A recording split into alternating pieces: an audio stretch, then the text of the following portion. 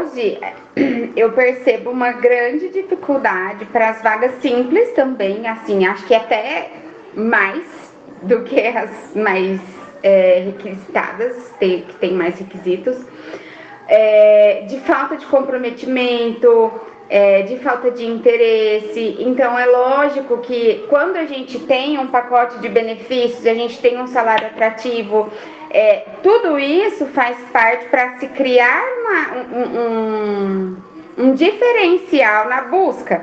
Assim como os candidatos também estão tentando se diferenciar no mercado, estudando, fazendo línguas, fazendo cursos mais práticos, mais teóricos, buscando experiência, as empresas também precisam se adequar para conseguir encontrar esse candidato. Só que está muito complicado, porque a concorrência das empresas é grande, então os bons não estão desempregados, isso é fato. E os que estão procurando, a gente precisa entender o que é muita exigência de experiência, não precisa de experiência, onde eu estou fazendo essa captação de currículos, buscar ali mais direcionado, buscar indicação, tudo isso me faz, tá? É o que eu faço. Eu faço captação no LinkedIn, eu faço captação com network, então a gente tem os grupos e partilhas vagas e busca pessoas assim. Uma vez eu escutei alguém falando, eu não lembro onde que foi, eu tenho um bom funcionário. E esse bom funcionário provavelmente deve ter bons amigos, porque ele é um bom funcionário. Se a gente é a média das 5 pessoas, então pelo menos ele tem mais 4 ali que ele pode me indicar. Então eu procuro por aquele bom funcionário para pedir se ele tem ali alguém para indicar e assim vai. Por quê? Para tentar facilitar. Mas isso quer dizer que vai dar super certo? Não vai. Não vai, porque mesmo que a pessoa às vezes passe na entrevista, no desenvolver dela ali na período de experiência, ela não consegue passar. E normalmente é pelo comportamento. Então é para nós que fazemos recrutamento e seleção uma dificuldade muito grande de diagnosticar essas tendências, né, que podem acontecer. É difícil, mas não é impossível. Então, saber dessas técnicas, saber identificar mentiras, identificar maus comportamentos, isso facilita o nosso trabalho, mas não quer dizer que vai ser 100% eficaz. Isso a gente precisa deixar muito claro, né? Que é lógico que 100% seria perfeito, mas eu ainda não conheço nenhum RH que consegue acertar 100% da primeira vez. É assim, ó. E é a rotatividade. A hora que você encontra alguém que você fala, nossa, agora acabou, ela sai para ir para outra empresa. Então, assim, é um dia após o outro, é altos e baixos. E nisso não tem como. Por quê? Porque nós estamos lidando com pessoas e as pessoas mudam o tempo todo. Hoje eu quero uma coisa, amanhã eu quero outra coisa. E aí ela vai começar a procurar outras coisas que estão alinhadas com os valores dela naquele momento. E de repente a empresa não é mais aquilo que ela está buscando. E aí a gente, como empresa, como empregador, que acaba saindo perdendo. Então, criar um ambiente de cultura dentro da empresa faz total diferença. Ter um salário justo faz total diferença. Ter um pacote de benefício faz total diferença.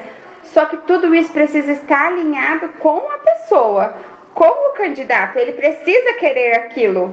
Porque se ele tiver, não faz muita diferença. Aí pronto, ele vai sair na primeira oportunidade que tiver. E aí é por isso que nós estamos aqui. As pessoas estão mudando por diferenças às vezes de R$100. É exatamente. Cultura organizacional conta muito. Conta, Eleni, porque a gente precisa se sentir bem onde a gente está trabalhando, né? Nós passamos o maior tempo do nosso dia dentro da empresa. Se a gente não consegue se sentir bem ali, a gente não vai render, a gente não vai produzir, a gente vai acabar contaminando outras pessoas Então, a cultura da empresa faz muita diferença, às vezes mais do que o salário. E aí, então, eu vou fechar o chat agora, porque senão eu não vou conseguir continuar, que a Lu sabe, né, que eu fico aqui, ó, oi, oi, oi. Vou fechar aqui e vamos seguir. Então, nós vamos entender algumas coisas em relação à mentira. Por quê? Porque o que seria a mentira, né? O que seria a mentira?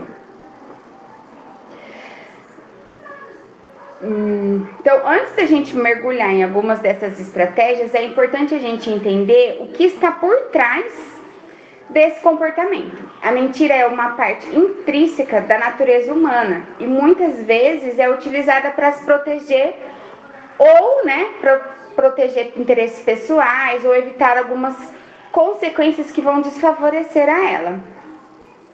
No contexto da entrevista de emprego, o candidato ele pode mentir para ocultar algumas informações do currículo, exagerar algumas habilidades que não tem, dissimular algumas falhas. Então, isso já traz para a gente características de que ele não tem um bom caráter para trabalhar dentro daquela empresa. Por isso que é fundamental a gente conseguir ter essa percepção. A mentira, ela já vem enraizada, né? A criança, ela já sabe que se ela esconder ou omitir algum fato, para ela não apanhar ou para ela ganhar o doce, isso já vem crescendo ali em nós como uma fuga, como ou para não ser punido ou para ganhar algo, né? Esconder essa informação que talvez não vai agradar o outro para me beneficiar de alguma forma, tá? Então isso já está aí bem enraizado na nossa, no nosso desenvolvimento. Ai, e a tela não passou, gente. Como assim? Calma aí.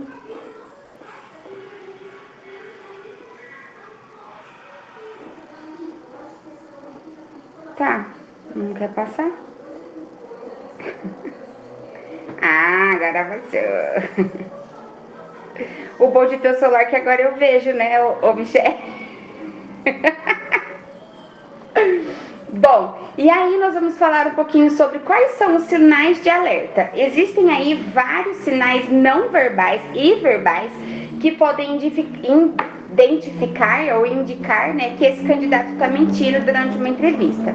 E aí a gente vai falar um pouquinho de alguns, tá? Não de todos, porque é bem profundo isso.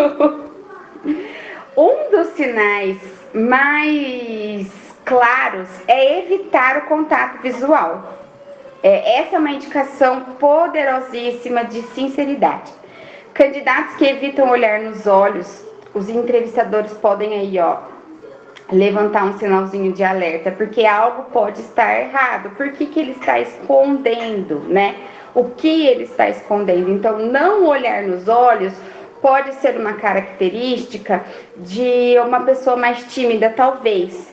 Só que aí você consegue analisar todo um contexto, né?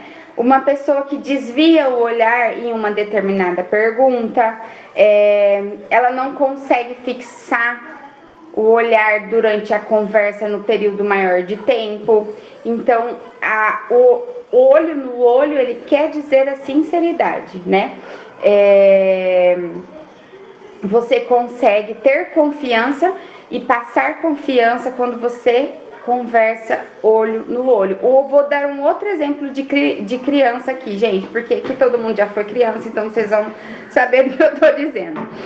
Toda vez que a gente precisa chamar a atenção de uma criança, qual que é o jeito mais correto de se fazer? É você se agachar, se colocar na altura da criança e olhar no olho dela. Não é batendo, não é gritando, enfim. É exatamente você olhar no olho da criança, falar no tom baixo e explicar o porquê que ela está sendo advertida. Por quê? Porque a criança, ela se sente mais protegida e não ameaçada, e ela consegue compreender melhor pelo seu olhar, pela sua fala, o que você está querendo dizer. Se eu simplesmente bato ou se eu simplesmente grito, ela não tá nem entendendo por que tá acontecendo aquilo. E isso quer dizer com a confiança, está ligado na confiança que você passa na criança de explicar que o que você está dizendo está correto. E aí, como eu disse, a gente vai carregando isso para a vida. Quando você começa a desenvolver relacionamentos com amigos, né? Você também tem essa percepção de olhar no olho para contar alguma coisa. E é muito legal esse negócio de amigos que eu disse, por exemplo, que existe uma sincronia tão grande que de repente só de olhar no olho a pessoa já sabe o que você está pensando ou dizendo. Então, o olho no olho é um passo aí, é uma dos mais importantes, tá?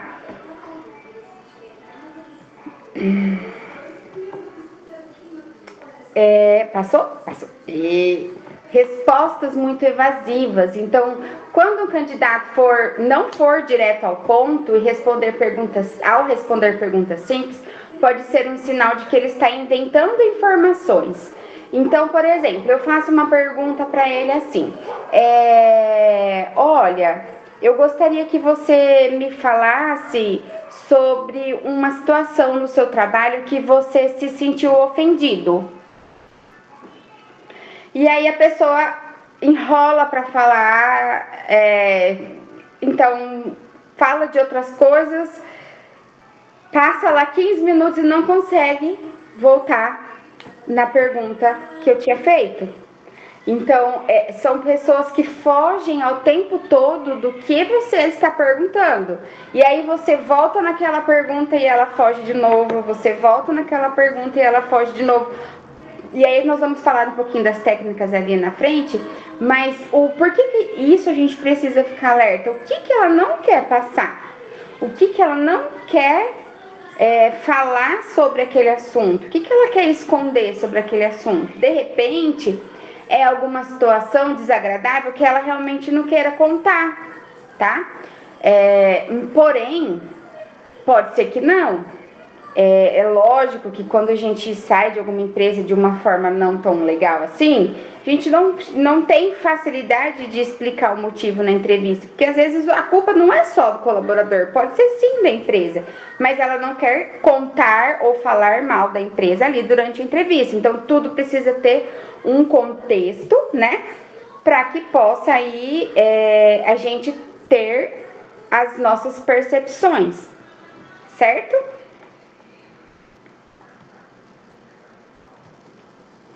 Essa aqui também é muito legal.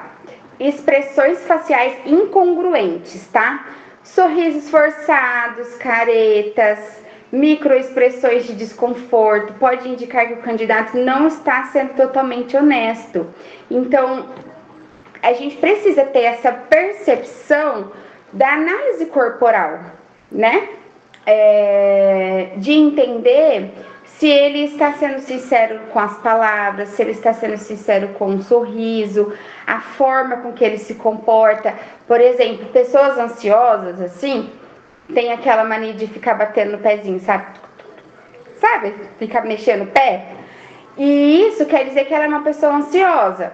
Tudo bem, ela pode ser uma pessoa ansiosa, que hoje a gente vive isso, né? Tá muito mais natural. Só que esse sintoma pode ser que ela tá muito nervosa, que ela quer sair correndo daquele ambiente, ela não quer ficar ali. Então, o porquê que ela não quer ficar ali? Como eu disse, tudo precisa ser um contexto, tá? A gente precisa estudar desde o momento que a pessoa chega para a entrevista até a hora que ela vai embora. Então, você prestar atenção, pessoas que colocam a mão na boca, muito para falar, gesticula, fica coçando o nariz, fica inquieta com a mão. O porquê disso, tentar entender o porquê, se é uma ansiedade ou se é realmente de fato algo que ela está tentando criar ali para se sair bem na entrevista. Vão anotando as perguntas aí para a gente falar mais tarde, tá? Padrões de linguagem, mudanças rápidas do tom de voz, hesitação excessiva, uso frequente de termos vagos que podem relevar, né, tentativas de manipular a verdade, porque a mentira também está ligada à manipulação. Mentira, omissão, manipulação, isso traz características de uma pessoa que tem um transtorno de personalidade. E aí a gente precisa entender o quanto que essa pessoa vai fazer sentido dentro da nossa organização e se vai valer a pena dar continuidade no processo seletivo. E aí, falando um pouquinho mais sobre os sinais de alerta, né? Eu não sei se vocês já conhecem, mas eu sei que algumas pessoas já. O livro O Corpo Fala e o Corpo Explica. Esse livro, ele é muito bom para a gente conseguir analisar expressões corporais das pessoas. Isso não só para mentira, mas para tudo. Se ela está interessada no assunto, se ela não está, até para relacionamento. Então fica a dica desse livro para vocês, tá bom? Ele é muito legal e ensina bastante. Uma outra dica também em relação a comportamento, ao desvio do olhar, na PNL a gente aprende que nós temos os dois lados do nosso cérebro e o lado direito ele está focado para nossa criatividade e o lado esquerdo ele está focado para nossas emoções, tá? Pelas nossas lembranças. Então, quando uma pessoa, você faz uma pergunta para a pessoa e essa pessoa ela olha para cima e para o lado direito, ela está buscando criar alguma informação. Quando ela olha para cima e para o lado esquerdo, ela está buscando na memória dela algo para responder a sua pergunta. Então, por exemplo, se eu falar assim, o que você jantou ontem? Ela vai olhar para cima, para o lado esquerdo dela, não é o seu, então isso precisa ficar claro também para vocês, tá bom? É o lado esquerdo dela, que ela vai buscar a informação do que ela jantou ontem. Eu comi pizza ontem, é verdade, eu comi pizza. Aí, vamos supor que eu estou falando com a Lu e a Lu é fitness, e se eu falar pra ela que eu comi uma pizza, ela vai me dar uma bronca. Aí é melhor eu falar assim, eu vou pensar, não, melhor eu falar pra ela que eu comi uma salada com omelete. Então, provavelmente, possivelmente, o meu cérebro, o meu olho vai tender a olhar para cima do meu lado direito. Então, só precisa ficar muito claro que é o lado direito e o lado esquerdo. Direito é criatividade e esquerdo são memórias.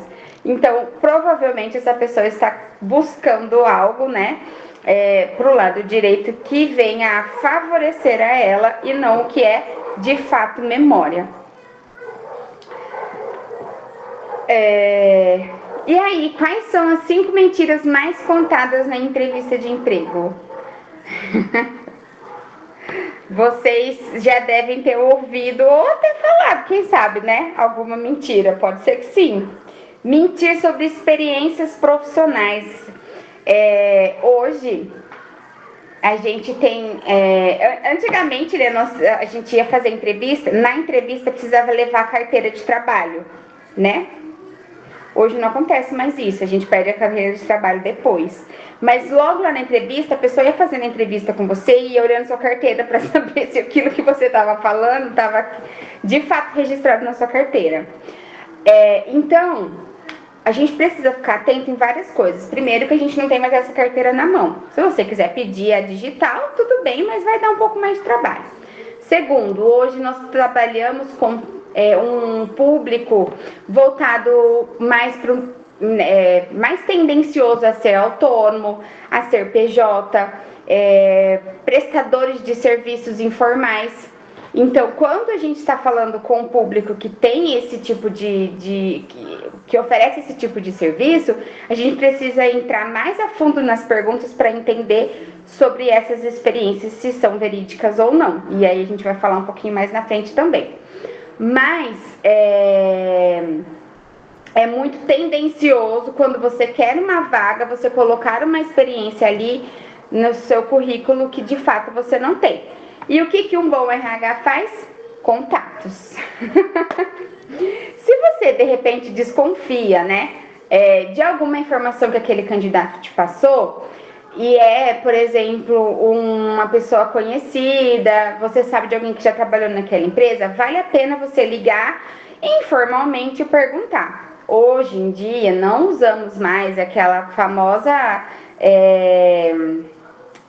cartinha, né, de recomendação. Ainda tem convenção coletiva aqui que obriga, mas as pessoas não ligam mais nas empresas para pedir referências. O que a gente pode fazer é comentar, conversar com alguém que já é ali conhecido, né, que você já tem uma certa convivência, até porque os ramos normalmente são os mesmos e a gente acaba fazendo essa troca ali de algumas informações.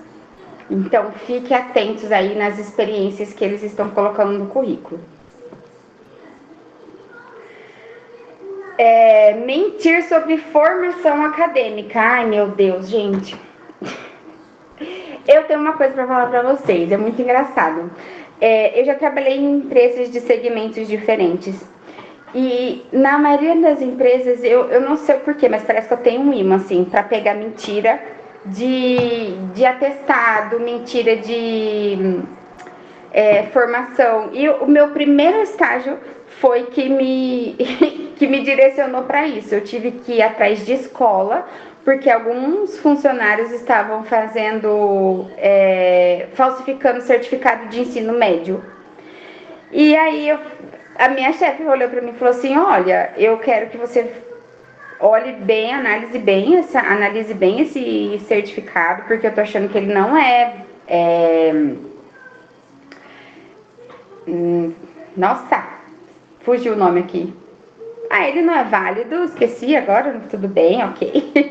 E o que você acha? Eu não tinha muita experiência, falei, vamos ali na escola, vamos perguntar, né? Na secretaria eles não têm informação. E pronto, cheguei lá e era batata, era falso. E tinha vários assim, sabe? E aí acabou que a gente acaba desligando.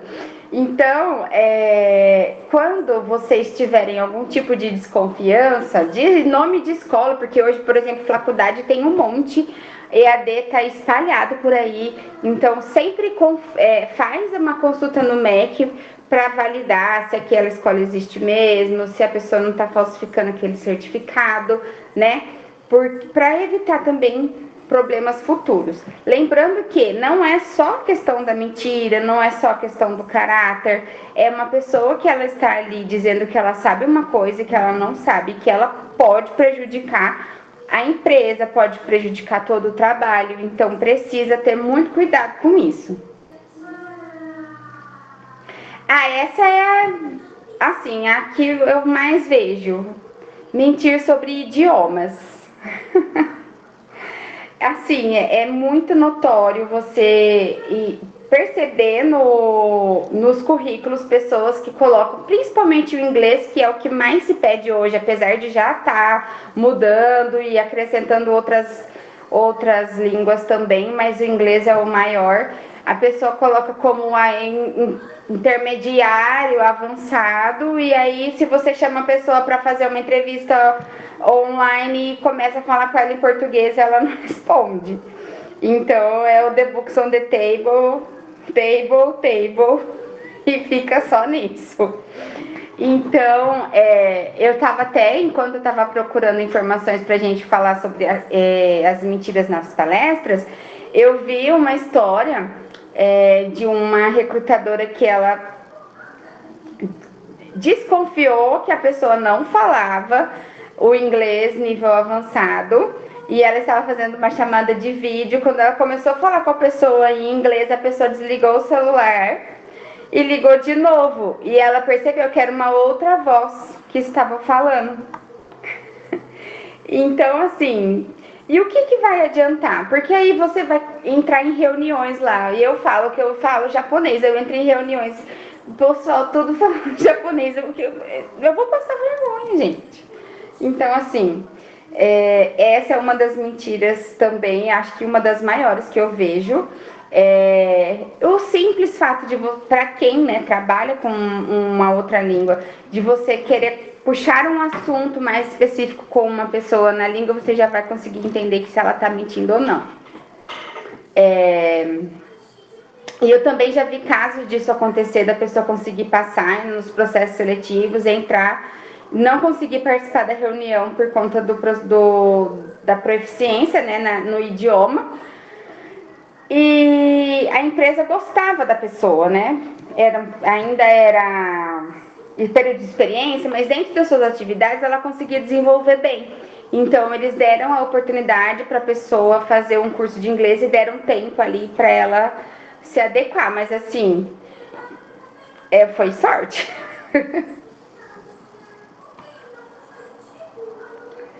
Mentir sobre resultados alcançados. Aqui tem uma pegadinha muito legal.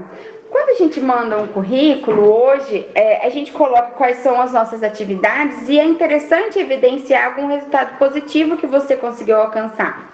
Só que não quer dizer necessariamente que esse resultado foi alcançado por você.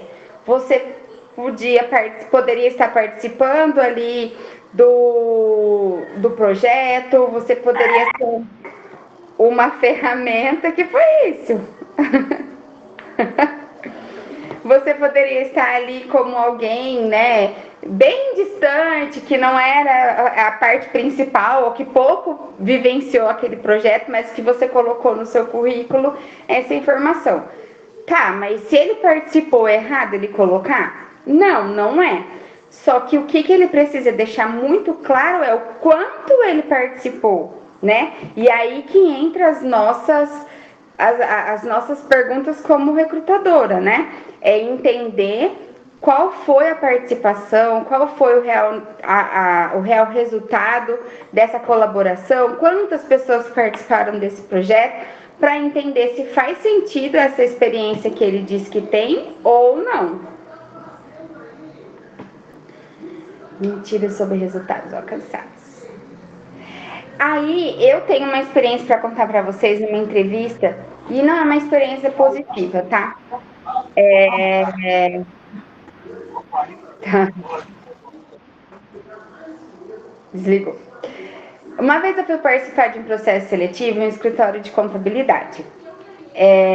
Eu não tinha muita experiência, foi logo quando estava aquele movimento do e-social, e eu sempre fui mais voltada para RH, só que eu tinha interesse em entrar no DP, porque eu vejo que o DP é um universo gigantesco para quem quer aprender. Então isso eu queria vivenciar.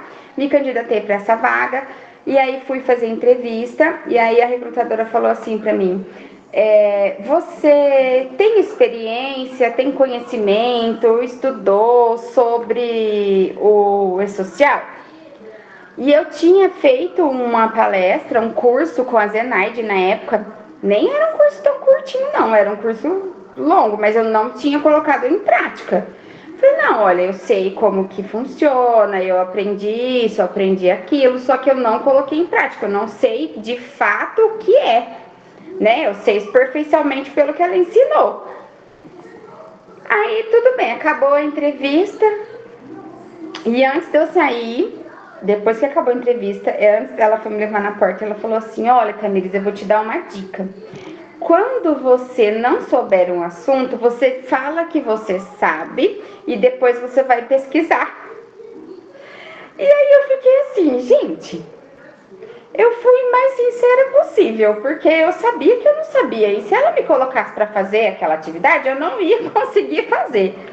Então, e de repente a vaga era, tipo, sei lá, para uma semana, eu não ia aprender nem colocar em prática aquilo. Mas eu fiquei indignada de uma recrutadora falar isso para mim. Porque se eu falo a mentira e ela me contrata, quem ia passar vergonha era ela também, porque foi ela que me contratou. Então, se ela não, né, enfim, eu fui induzida ali, aquele momento a mentir, e eu fiquei indignada com isso. Então, gente, a mentira não vale a pena nem a gente pedir para que o candidato minta, porque é muito ruim quando você contrata alguém e a pessoa fala que promete mundos e fundos e chega lá ela não tem para oferecer nem o mundo nem o fundo. E aí você contrata pensando que ela vai conseguir executar aquela tarefa, e ela não consegue. O seu trabalho vai ser muito maior, em vez do recrutamento e seleção, de treinar, de ensinar, ou talvez até de ter que desligar a pessoa. Então, tomem muito cuidado. E aí, falando um pouquinho sobre as entrevistas, né? Como então que a gente, enquanto tá ali na nossa entrevista, o que a gente pode fazer de diferente para tentar pegar essas informações? Por que eu falo tentar? Porque tem gente que é especialista nisso, gente. Vocês não estão entendendo. Olha, tem gente que já nasceu com um dom. Então, a gente precisa estudar, entender, compreender o tempo todo, para pelo menos desconfiar, para não cair ali fácil ali na pegadinha do malandro. Então, ao conduzir a entrevista, é fundamental a gente usar algumas técnicas, né, para sondar a veracidade das informações.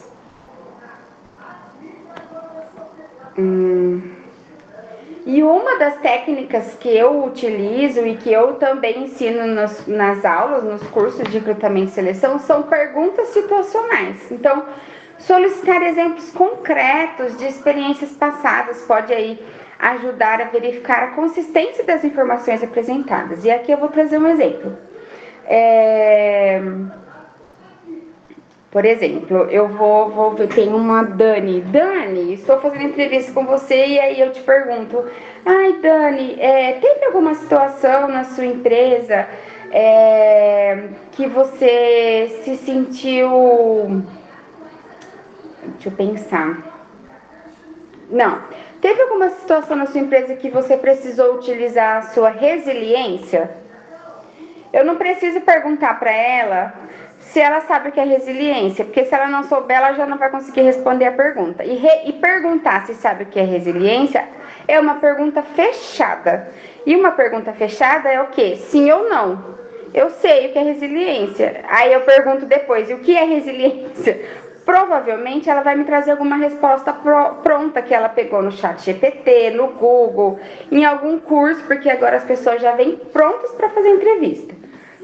Então, perguntas assim, onde eu preciso que ela me traga o exemplo, ela vai precisar usar aqui, ó, a direita e a esquerda, entendeu?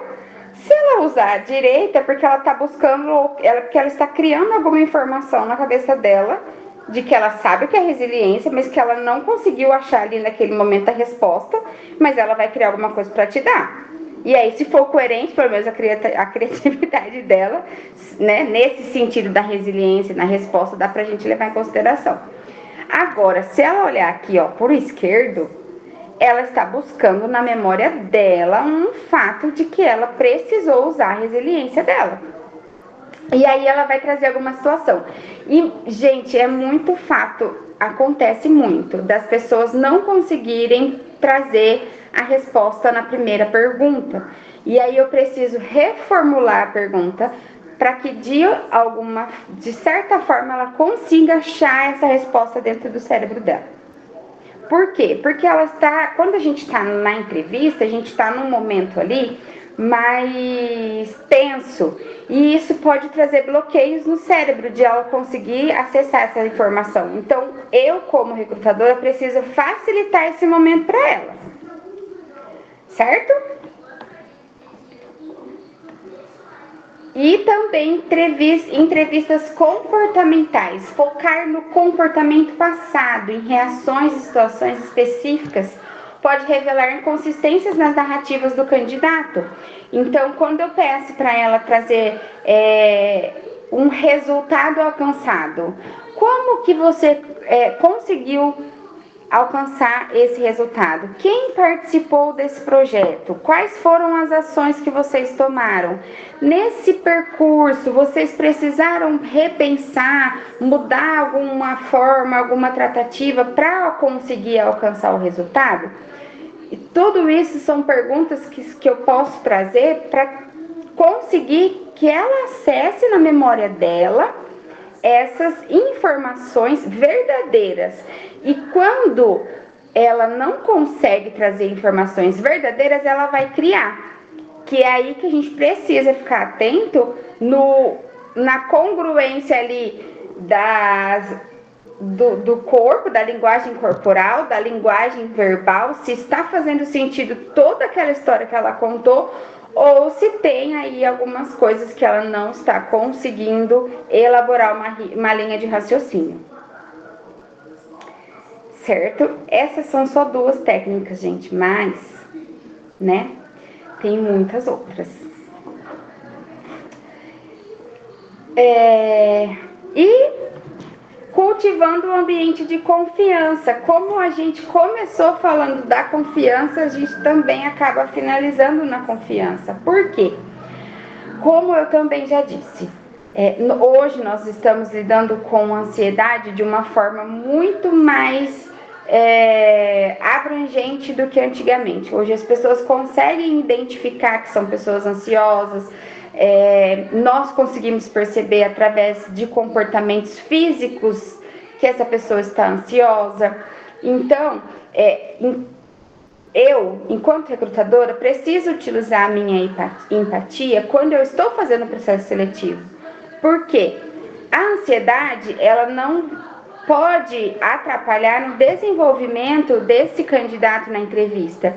E o fato dela estar nervosa, isso pode atrapalhar. Então, quando a gente vai fazer uma entrevista, a gente precisa dar confiança para aquele candidato, para que ele se mostre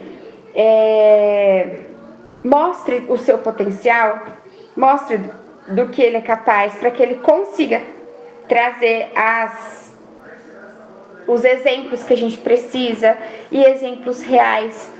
Por que estou falando isso? Porque às vezes esse nervosismo, ele não vai conseguir acessar essas memórias, só que ao mesmo tempo ele não vai deixar de responder e vai criar. Aí você fala, mas Tamires, você me disse que se ele for criar, ele pode estar mentindo.